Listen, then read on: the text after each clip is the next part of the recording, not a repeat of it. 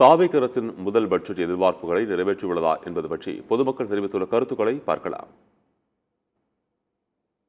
பள்ளி கல்வித்துறைக்கு ஒரு சிறப்பான நிதியை ஒதுக்கீடு பண்ணி பள்ளிகளுக்கு சூப்பர் கேம்பஸ், சூப்பர் பள்ளிங்கிற அந்த திட்டத்துக்கு தூய்மையாக பள்ளி வளாகத்தை தூய்மைப்படுத்தும் பணிக்காக நிதி ஒதுக்கீடு பண்ணியிருக்காங்க அரசு.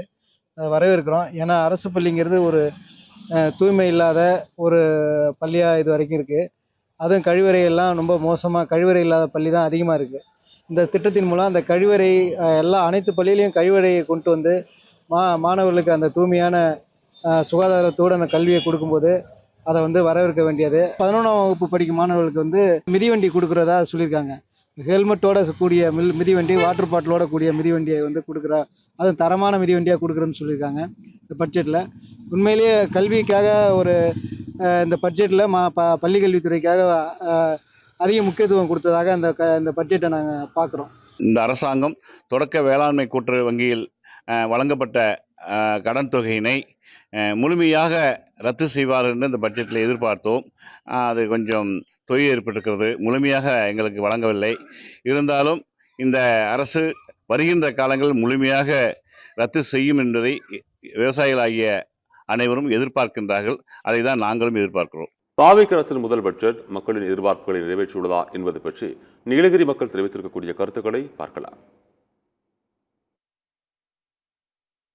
இன்றைக்கி பார்த்தீங்கன்னா புலிகள் எண்ணிக்கை கூடியிருக்கு, யானைகளோட எண்ணிக்கை கூடியிருக்கு. இவையெல்லாம் வெகு தூரத்துக்கு போகக்கூடிய ஒரு உயிரினங்கள், அதான் மைக்ரேஷன் ஆகிற உயிரினங்கள்னு சொல்லுவோம்.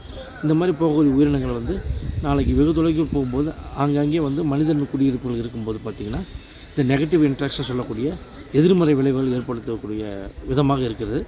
இந்த மாதிரி சூழ்நிலையில் இன்றைக்கு நமது தமிழக அரசு கிட்டத்தட்ட 20 கோடி ரூபாய் இந்த மாதிரி மனித விலங்குகள் முரண்பாட்டை களைவதற்காக பல்வேறு முறைகளுக்கு செலவு பண்ணதுக்காக நிதி ஒதுக்கப்பட்டது ஒரு வரவேற்கத்தக்க ஒரு விஷயம். அதுலேயும் பார்த்திங்கன்னா கண்காணிப்பு கேமராக்கள், அது ஏஐன்னு சொல்லுவாங்க, ஆர்டிஃபிஷியல் இன்டெலிஜென்ஸ். அதாவது அந்தந்த நேரத்தில் இருக்கக்கூடிய ரியல் டைம் பிக்சர்ஸோட, ரியல் டைம் வீடியோவோட நம்ம கிடைக்கும்போது பார்த்திங்கன்னா அந்த அனிமல் எங்கே நடமாட்டப்படுதுன்னு பார்த்துட்டு உடனடியாக வனத்தை அலுவலர்கள் சென்று அதை வனங்களை மனித பகுதிகளை வரவிடாமல் விரட்டி எடுப்பதற்கும் திரும்பி அது சேஃபாக தன்னுடைய வனப்பகுதிகளை போகிறதுக்கும் இது ஒரு நல்வாய்ப்பாக அமையும்.